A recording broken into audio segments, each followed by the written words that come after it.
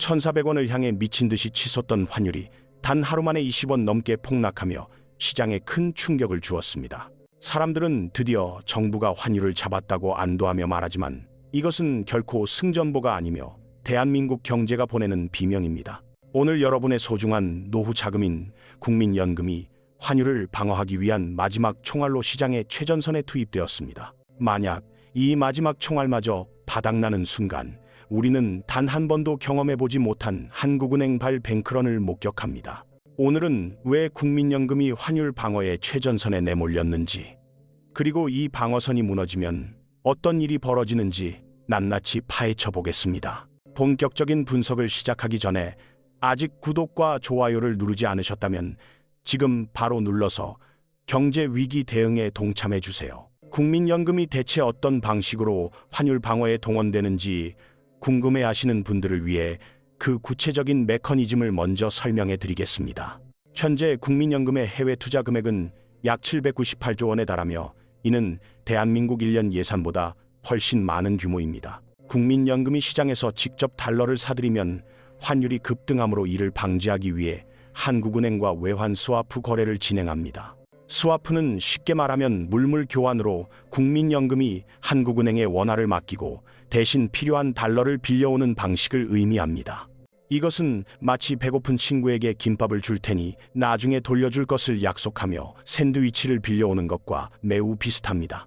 현재 한도는 650억 달러로 우리 돈으로 환산하면 약 95조 원에 달하는 엄청난 자금이 이 거래에 묶여 있습니다. 이렇게 하면 시장에서 직접 달러를 매수하지 않아도 되기 때문에 명동 환전소에 사람이 몰리지 않는 효과를 거둡니다. 여기에 더해 국민연금은 환율 변동 위험을 미리 막기 위해 가격을 고정하는 전략적 환해지 기법을 함께 사용하고 있습니다.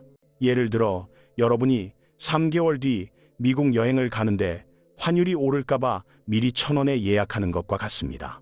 환율이 높을 때 나는 이 가격에 팔겠다고 예약을 걸어놓고 나중에 환율이 떨어지면 그만큼의 차익을 보는 구조입니다. 이것은 사과값이 비쌀 때 미리 판매 가격을 예약해놓고 나중에 시장 가격이 떨어졌을 때 이득을 챙기는 원리입니다. 이러한 환해지 전략은 동시에 시장에 달러를 매도하는 효과를 일으켜서 급격하게 치솟는 환율을 아래로 끌어내리는 역할을 합니다. 실제로 지난 12월 국민연금이 환해지를 시작하자 원달러 환율이 1,460원까지 20원 넘게 급락하며 하락세를 보였습니다. 하지만 국민연금의 전략적 환해지는 전체 해외 자산의 최대 10%인 약 79조 원까지만 가능하다는 명확한 한계가 존재합니다. 이러한 금액은 일반인에게 매우 커 보이지만 글로벌 시장의 거대한 달러 수요를 막아내기에는 턱없이 부족한 수준입니다. 이것은 거대한 대형 산불이 발생했는데 고작 소화기 몇 개를 들고 불길을 잡으려 뛰어드는 것과 마찬가지인 상황입니다. 더 심각한 문제는 금융시장의 투기 세력들이 이미 국민연금의 환방어 패턴과 개입 시점을 완전히 꿰뚫고 있다는 점입니다. 국민연금은 환율이 1,470원에서 1,480원 사이에 도달할 때마다 예외 없이 환해지를 시작하는 경향을 보여왔습니다. 작년 말과 올해 초에도 같은 패턴이 반복되면서 시장 참여자들은 국민연금의 움직임을 너무나 쉽게 예측할 수 있게 되었습니다. 이것은 마치 포커 게임에서 상대방에게 내 카드가 무엇인지 미리 보여주고 올인을 외치는 것과 다를 바 없는 위험한 도박입니다. 투기 세력들은 환율을 목표치까지 일부러 밀어 올린 뒤 국민연금이 개입할 때 동시에 달러를 팔아 막대한 차익을 챙깁니다.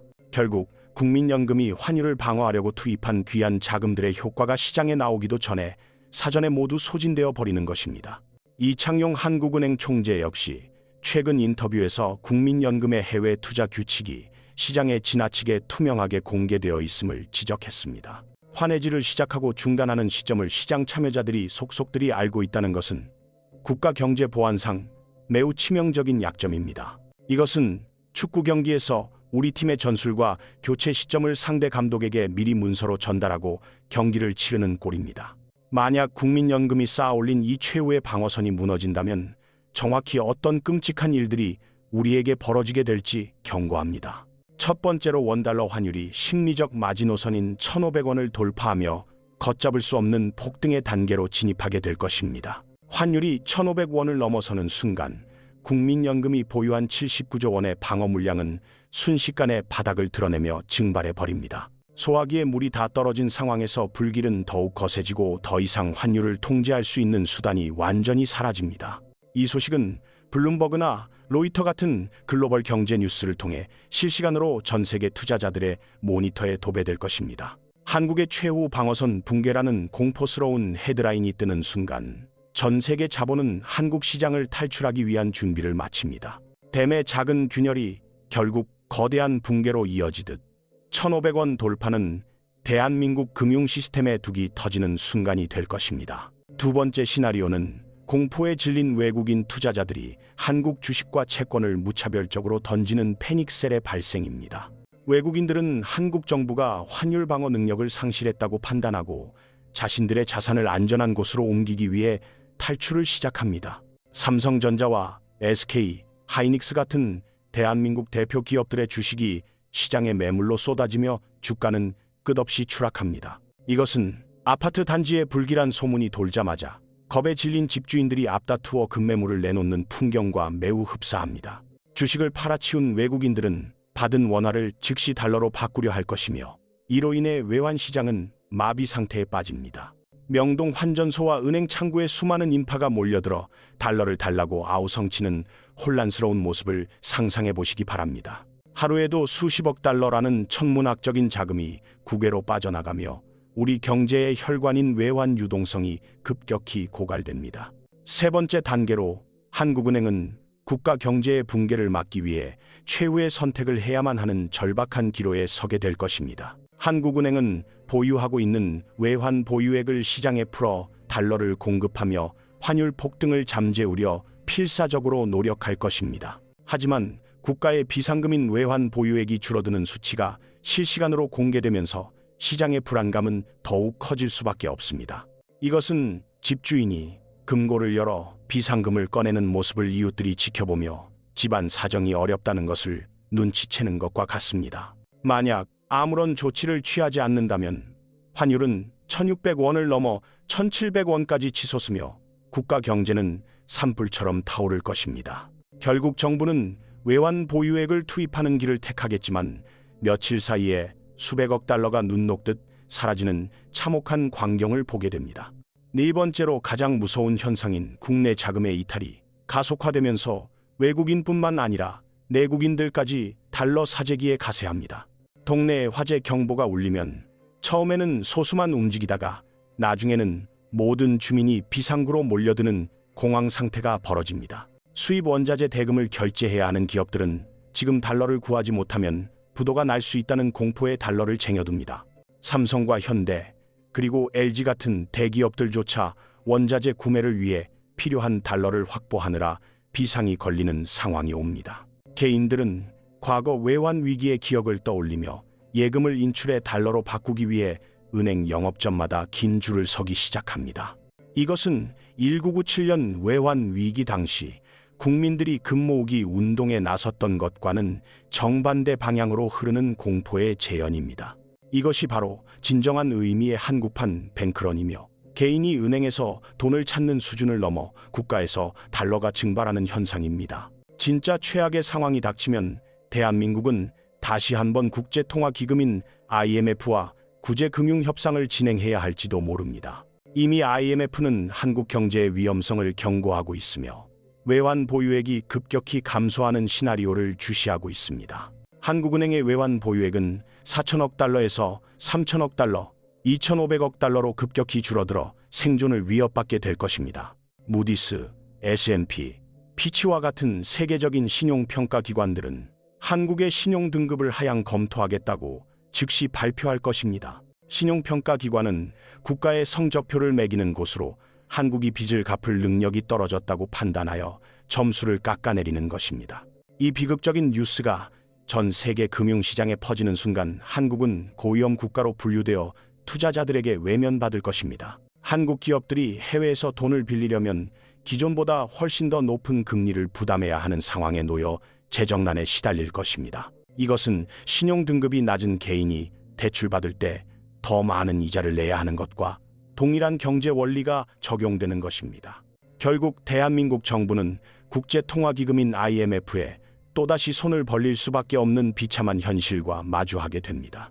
IMF는 나라가 돈이 없을 때 구제 금융을 빌려주는 국제적인 은행이지만 매우 까다로운 조건을 요구하는 것으로 악명 높습니다. 1997년 외환 위기의 악몽이 다시 시작되며 당시 부모님 세대가 겪었던 고통이 그대로 재현될까봐 우려됩니다. 당시 수많은 기업들이 문을 닫고 길거리에는 실업자들이 넘쳐났던 그 비극적인 시대를 우리는 다시는 반복해서는 안 됩니다. 그렇다면 여러분은 이러한 국가적 경제 위기 속에서 나의 자산을 지키기 위해 지금 당장 무엇을 해야 할까요?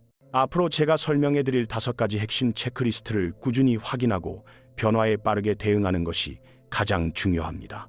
첫 번째로 원달러 환율의 움직임을 매일 예의주시하며 중요한 변동을 놓치지 않도록 항상 확인해야 합니다. 1,490원을 넘으면 경계 단계로 인식하고 1,500원을 돌파하면 즉시 비상 단계로 전환하여 철저히 대비해야 합니다. 마치 체온이 38도를 넘으면 주의하고 39도를 넘으면 즉시 병원에 가야 하는 것처럼 위기 신호를 빠르게 감지해야 합니다. 두 번째는 한국은행이 발표하는 외환 보유액 통계를 매달 초에 확인하며 국가의 실탄이 얼마나 남았는지 확인해야 합니다. 외환 보유액이 한 달에 100억 달러 이상 감소한다면 이것은 매우 비정상적인 속도로 자금이 빠져나가고 있다는 경고입니다. 마치 통장 잔고가 매달 100만 원씩 줄어드는 것을 발견하면 즉시 소비 습관을 점검해야 하는 것과 마찬가지입니다. 한국은행 웹사이트에서 매달 첫째 주에 발표되는 최신 통계 자료를 꼼꼼히 확인하고 기록해두는 습관을 들이시기 바랍니다. 세 번째는 코스피 시장의 외국인 수급 동향을 매일 체크하며 외국인 자금의 움직임을 면밀히 파악해야 합니다. 외국인들이 한국 시장에서 빠져나가면 그들은 원화를 팔고 달러를 사서 떠나기 때문에 달러 수요가 폭발적으로 증가합니다. 만약 일주일 동안 외국인 순매도 금액이 2조 원을 넘어선다면 그것은 시장이 공포에 질려 던지는 투매 단계입니다.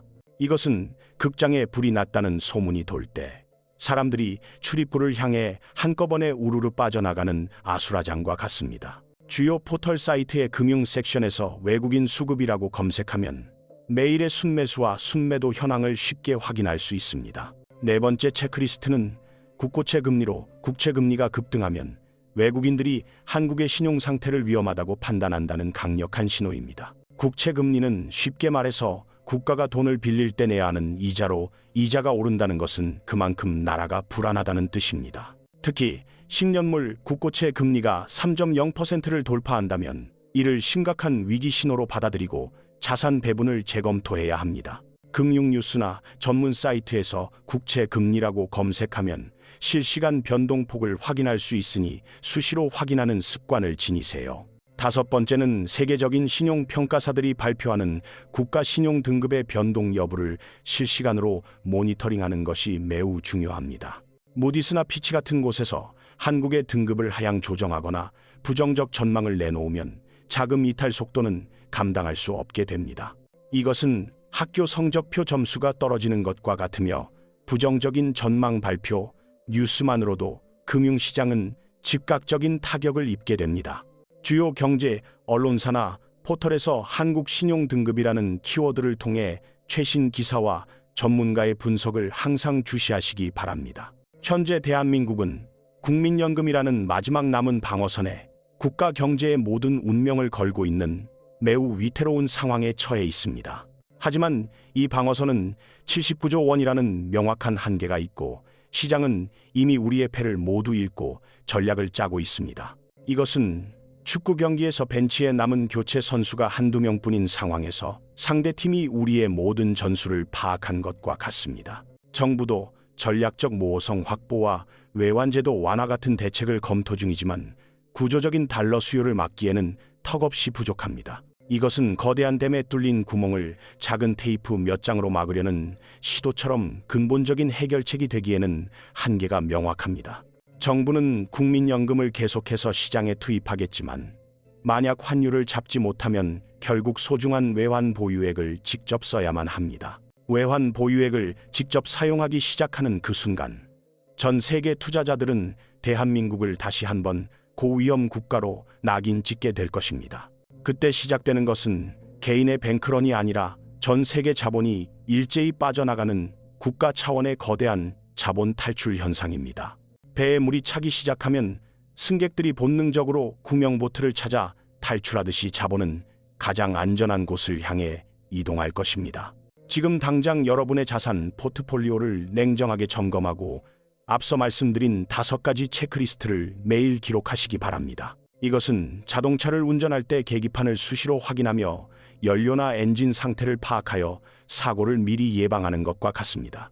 연료가 바닥나거나 엔진에 심각한 결함이 생기기 전에 미리 알고 대처해야만 여러분의 소중한 재산을 지킬 수 있습니다. 대한민국 경제가 이 거대한 위기를 무사히 넘길 수 있을지는 앞으로 다가올 몇 달간의 변화가 결정적인 역할을 할 것입니다. 하지만 국가의 거시적인 흐름과는 별개로 여러분 개인의 재무적 안전은 오늘 바로 지금 여러분의 선택에 달려 있습니다. 공포에 매몰되어 아무것도 하지 않는 것이 아니라 정확한 데이터를 바탕으로 냉철하게 판단하고 행동하는 지혜가 필요합니다. 오늘 전해드린 분석 영상이 여러분의 경제적 생존과 자산 관리에 실질적인 도움이 되셨기를 진심으로 바라는 마음입니다.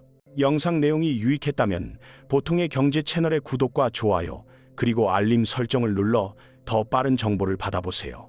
또한 댓글을 통해 현재 환율 상황에 대한 여러분의 생각이나 궁금한 점을 남겨주시면 함께 고민하고 소통하겠습니다.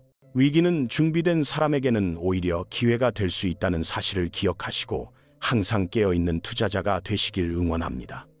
급변하는 국제 정세와 경제 지표들 속에서 흔들리지 않는 여러분만의 명확한 기준을 세우는 것이 그 어느 때보다 중요합니다.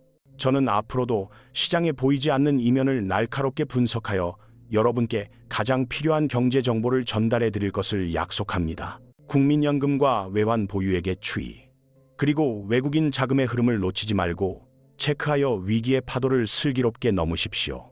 혼란스러운 시기일수록 기본에 충실하며 검증된 통계 수치를 바탕으로 자산의 안전성을 최우선으로 고려하는 선택을 해야 합니다. 여러분의 노후 자금과 소중한 자산이 외부의 충격으로부터 보호받을 수 있도록 저도 계속해서 유익한 콘텐츠를 제작하겠습니다. 긴 영상 시청해 주셔서 감사드리며 다음 영상에서는 더 깊이 있고 통찰력 있는 분석으로 여러분을 찾아뵙도록 하겠습니다. 경제적 자유를 향한 여정에 보통의 경제가 든든한 동반자가 되어드릴 것을 약속하며 오늘 분석을 여기서 마칩니다. 어려운 시기이지만 희망을 잃지 마시고 철저한 대비를 통해 이번 경제적 폭풍우를 안전하게 통과하시기를 기원합니다. 시청해주신 여러분 진심으로 감사드리며 항상 건강하고 평안한 하루 보내시기 바랍니다. 다음 시간에 뵙겠습니다.